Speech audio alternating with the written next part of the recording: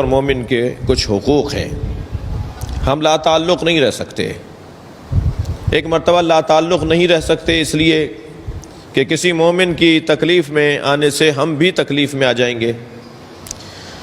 تو لا تعلق نہیں رہنا چاہیے اپنی تکلیف کو روکنے کے لیے اور اپنے آپ کو تکلیف سے بچانے کے لیے. تو یہ خود غرضی ہوگی.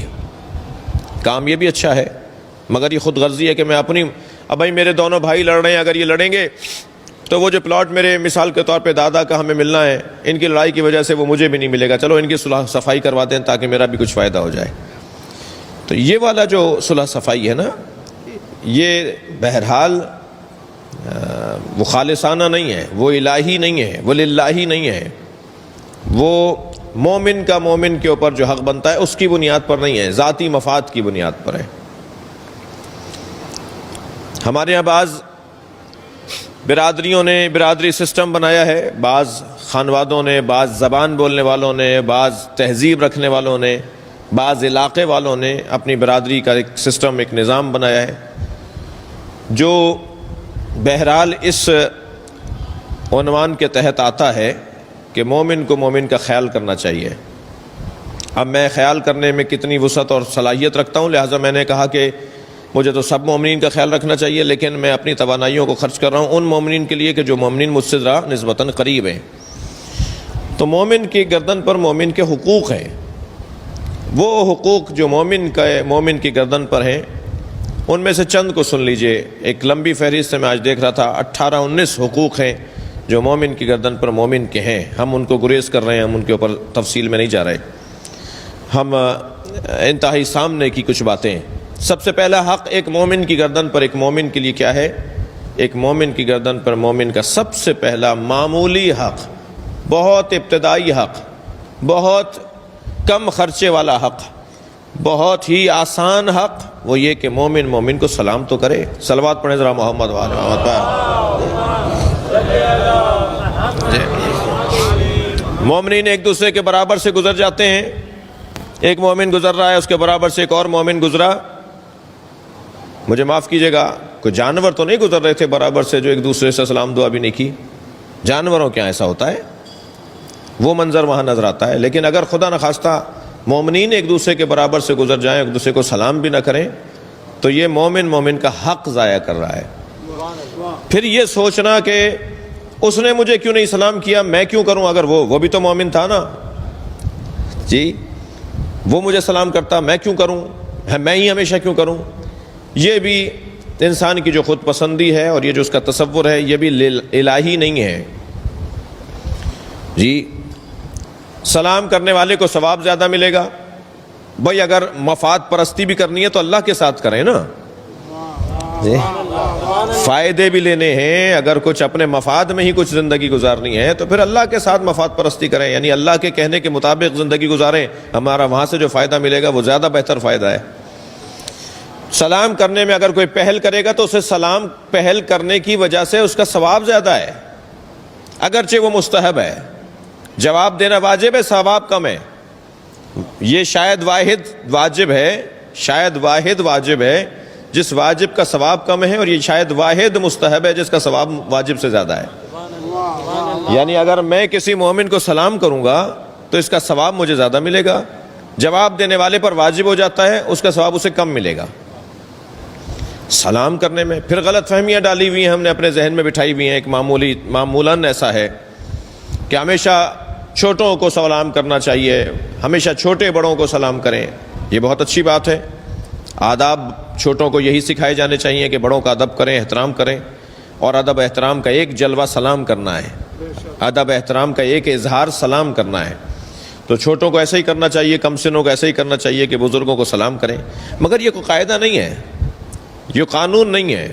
کوئی قرآن مجید اور حدیث کے اندر نہیں آیا ہے کہ ہمیشہ اللہ اکبر چھوٹا ہی بڑے کو سلام کرے جی. دنیا کا بڑے سے بڑا انسان بھی اگر آپ نکال کر لے آئیں گے تو وہ محمد مصطفیٰ سے بڑا نہیں ہے. اللہم صلی علی محمد وعلی. دنیا کا معتبر ترین فرد بھی اگر کوئی آ جائے گا تو وہ نبی سے زیادہ بڑا نہیں ہے. لہٰذا نبی کی سیرت یہ بتاتی ہے کہ نبی بچوں کو بھی سلام کرنے میں پہل نہیں کرنے دیتے تھے. بچے مدینے کے تنگ آ گئے تھے، یعنی اس معنی میں تنگ آ گئے تھے کہ ان سے یہ ہو نہیں پا رہا تھا کہ سلام کرنے میں بچے پہل کر جائیں۔ مشہور واقعہ ہے، مدینے کے بچوں نے ایکا کیا، گلی کے پیچھے چھپ کے کھڑے ہو گئے، جیسے ہی نبی مڑیں گے تو ہم سلام ایک دم کر دیں گے، ہم پہلے سلام کر دیں گے۔ تو نبی نے مڑنے سے پہلے کہا جو چھپے کھڑے ہیں ان بچوں پہ میرا سلام ہو۔ وہاں بھی سرکار نے بچوں کو وہ صلوات پڑھ لیں ذرا نبی کی ذات پہ۔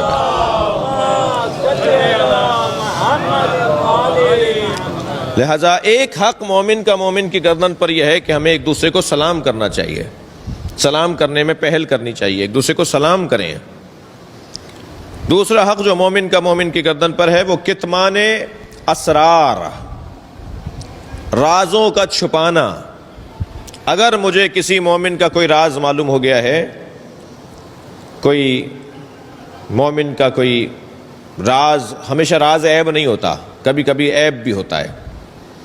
راز کی بات کبھی عیب ہوتی ہے، کبھی راز کی بات عیب نہیں ہوتی، مگر راز راز ہے، وہ عیب والی بات ہو یا غیر معیوب بات ہو، مگر راز ہے، وہ نہیں چاہتا کسی اور کو پتہ چلے، مجھے معلوم ہو گیا ہے، تو اس کو چھپانا یہ مومن کا مومن کی گردن کے اوپر حق ہے۔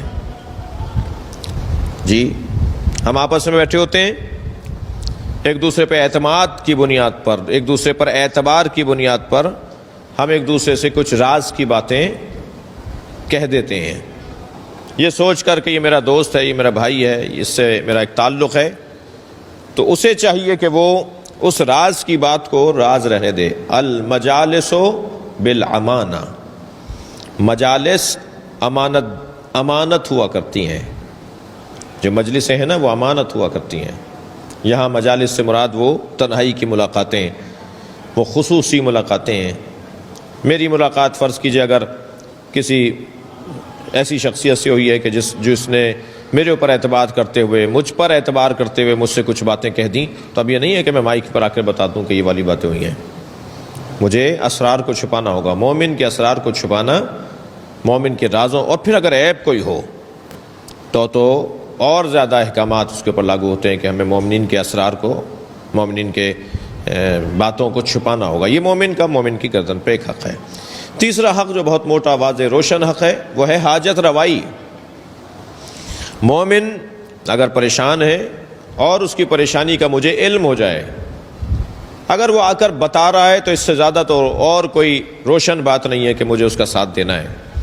وہ اگر آ کر سوال کر رہا ہے، آ کر حاجت اپنی بیان کر رہا ہے، ہم سے مدد مانگ رہا ہے، تو ہمیں اس کا ساتھ دینا ہے۔ لیکن اگر نہیں، اس نے بتایا بھی نہیں ہمیں، پھر بھی ہمیں معلوم ہو گیا فلاں مومن فلاں پریشانی میں مبتلا ہے، تو ہمیں اس کی حاجت روائی کے لیے کوشش کرنی ہوگی۔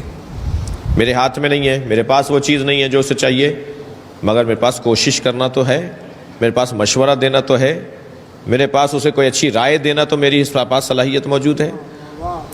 وہ جو جملہ کہا جاتا ہے دام درہم قدم سخن، وہ اسی جگہ کے لیے تو ہے کہ ہمیں ایک دوسرے کے ساتھ دام درہم قدم سخن۔ بھائی میں اگر کوئی پیسے نہیں دے سکتا تو قدم اٹھا سکتا ہوں، اس کے لیے چل کے جا سکتا ہوں کہیں۔ اگر یہ نہیں کر سکتا، سخن ہے، کوئی جملہ اس کے لیے کہہ سکتا ہوں، کوئی مشورہ اسے دے سکتا ہوں، ایک اچھی رائے اسے دے سکتا ہوں کہ بھائی ایسا کر لو تو تمہارا یہ مسئلہ حل ہو جائے گا۔ تو مجھے جہاں تک مجھ سے ممکن ہے مومن کی حاجت روائی کرنا میرے اوپر، مومن کا مومن کی گردن کے اوپر حق ہے۔ دقت چاہوں گا، میرے مولا امام جعفر صادق علیہ الصلوۃ والسلام خانہ کعبہ کا طواف فرما رہے ہیں، طواف بیت اللہ کا طواف کر رہے ہیں مولا صادق۔ دوران طواف حضرت کو معلوم ہوا کہ فلاں مومن کو ایک حاجت ہے، فلاں مومن کو ایک ضرورت ہے، فلاں مومن ایک مشکل میں مبتلا ہوا ہے۔ حضرت نے طواف چھوڑ دیا، حضرت تشریف لے گئے، اس کی اس بات کو حل کیا، اس کو مشورہ دیا، اس کی رہنمائی کی، اس کا مسئلہ حل کیا، پھر آ کر حضرت نے طواف کو مکمل کیا۔ جب کسی نے پوچھا مولا آپ نے خانہ کعبہ کا طواف چھوڑ کر ایک مومن کی مدد کی، تو حضرت نے فرمایا مجھے اس بات کا خوف تھا، جملہ سنے امام کا، مجھے اس بات کا خوف تھا کوئی مجھ سے پہلے جا کے اس کا مسئلہ حل نہ کر دے۔ میں نہیں چاہتا تھا کوئی اور یہ ثواب لے۔ یہ اعمال ائمہ اہل بیت کے ہمیں حوصلہ دے رہے ہیں نا، ہمیں تشویق دلا رہے ہیں، شوق دلا رہے ہیں کہ ہمیں حریص ہونا چاہیے مومن کے کام میں. یعنی ایک مومن پریشان ہو تو 25 کھڑے ہو جائیں. تو کیا بھائی میرا تو ایک آدمی حل کر سکتا تھا مسئلہ, تم 25 لوگ کیوں آ گئے؟